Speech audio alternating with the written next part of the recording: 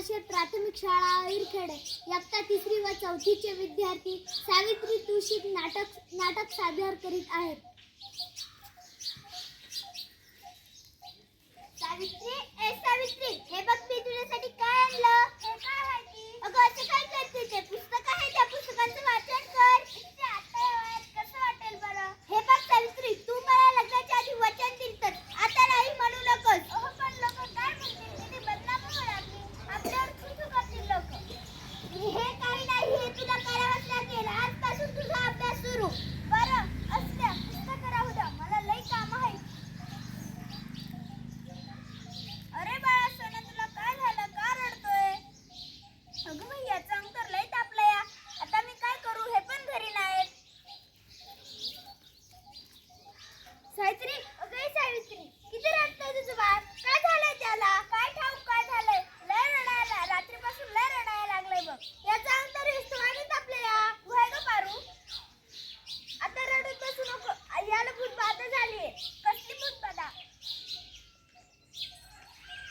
काय भूतबाधा? माझ्या लेकराला भूतानं झपटलंय? होय सावित्री, असंच झालंय. नाही, असं होऊच शकणार नाही. तू पोरगं लय तापलंय. आता रडत बसू नकोस, लय वेळ वाया घालू नकोस. आपल्या गावाबाहेर माझं बाबा येणार नाही झाली उभ्या करता ते. त्याच्याकडे घेऊन जा त्याला. वाटलं तर मी येते तुझी बरोबर. वय गं मारू, चल लवकर. बाबा ते बघा, एक बाई तिच्या बाळाला घेऊन येत आहे. म्हणजे आज आपली कमाई होणार. बाबा माझ्या बाळाला वाचवलं, त्याचं अंग लय तापलंय. बाई तुझ्या बाळाला भूतबाधा झाली आहे. कसली भूतबाधा बाबा? बाई तुझ्या बाळाला विहिरीतल्या भूताने झपटलंय.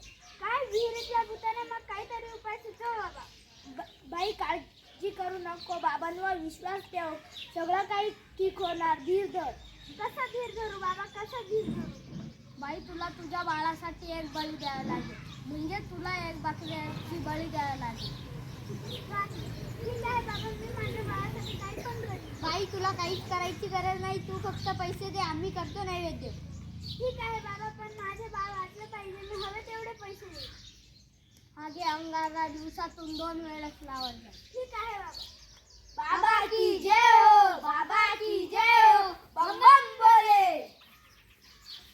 अगं बाई, याचा ताप तर अजून पण कमी नाही झाला. काल बाबांकडे जाऊन पण काहीच फरक पडला नाही.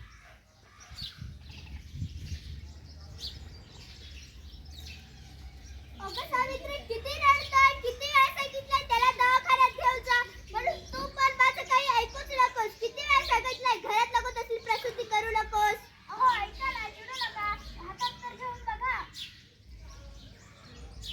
अगं तुला माहित आहे का, अशा वेळी एका आईचं आणि बाळाचं दवाखान्यात असण्याचं किती महत्वाचं असतं. अगं याचं अंग तव्यासारखं तापलंय. अशी कशी का तू? दादा लवकर जाऊन वैद्यांना बोलवा. अहो मग काहीतरी करा ना.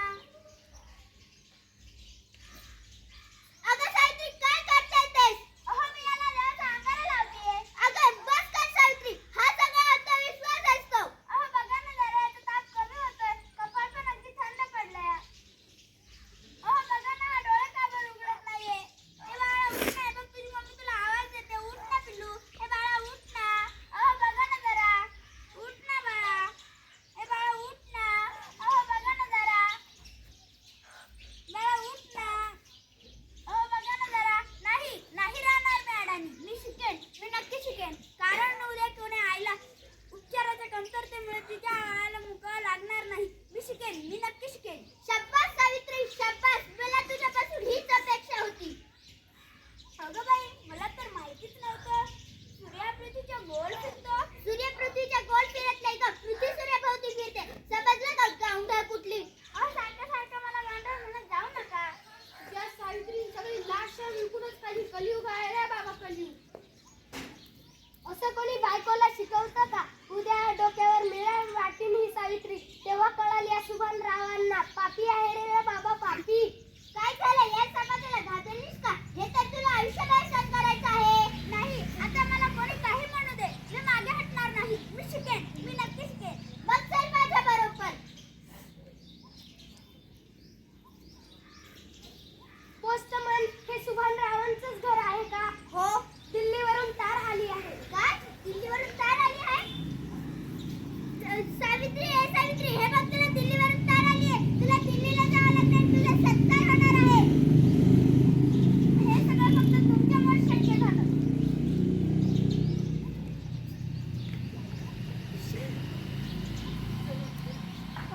नाही शिक्षिका.